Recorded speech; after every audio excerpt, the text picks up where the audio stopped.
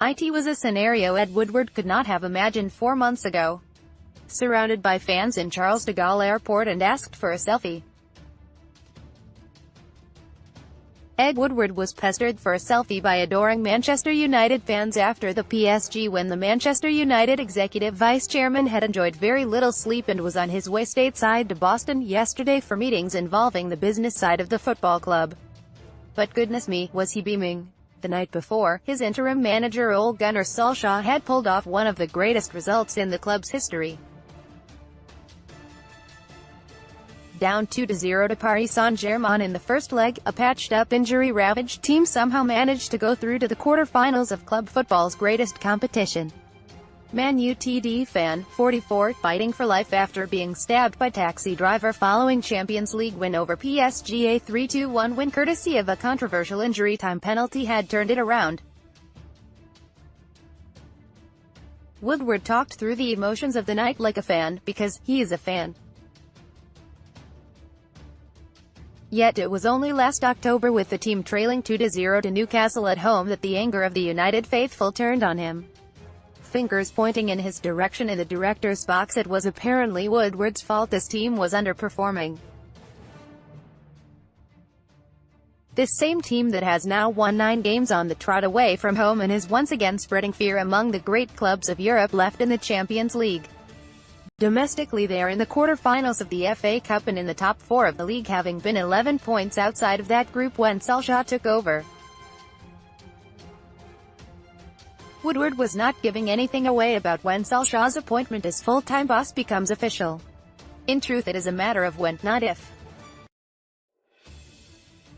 But it has been an inspired choice to bring back the baby-faced assassin after Jose Mourinho brought negativity down upon the club in the closing months of his reign.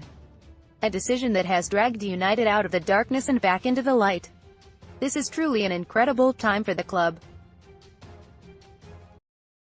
Gary Neville asks Man Utd boss Ole Gunnar Solskjaer the 3 questions on every fan's lips. United are a force once again under Solskjaer. United had still won 3 trophies in the 5 years post Sir Alex Ferguson. Yet there was a feeling that their relevance in terms of a title race and at the very top table in Europe had gone. Were they heading for a period like Liverpool when the title had become just a dream, or Arsenal where only domestic cup competitions could keep chins up? The flair, drama and excitement that won the club millions of fans worldwide had gone. Well, until now, this was always a better squad than results suggested, and Solskjaer has brought it out.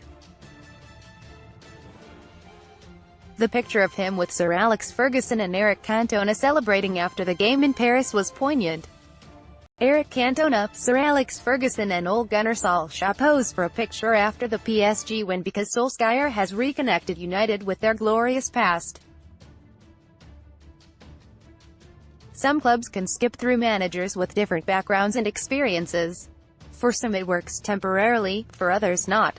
But Manchester United had too great a history of success for it not to be used, not to be tapped into. It needs someone who had lived it to unearth that magic once more. Someone to remind players what the club is about, what it is capable of. To tell stories from inside the dressing room of special nights and nights that can come again. To replicate the style of Sir Alex both on and off the pitch. To make people believe again. To believe that night in 1999 when they won the Champions League in turn was not a fluke, that last-minute goals and comebacks were not down to just hope. To think the result in Paris on Wednesday night was achieved without 9 injured players and Paul Pogba suspended. Players like Scott McTominay stepped up to the plate. Ole Gunnar Solskjaer celebrates Manchester United's dramatic win over PSG. He was in tears at the end as the players rushed to the fans as one at the Parc des Princes to enjoy this moment. Luke Shaw revealed afterwards just what it was like in the bowels of the stadium as they celebrated this victory. Shaw said, "Everyone was in there.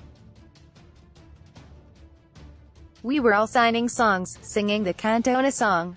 It was a really unbelievable experience and we're all so happy and we don't want this to finish so soon, so we need to keep working hard and keep believing. You know, you never know what could happen. For me, I think it's the best night I've ever had."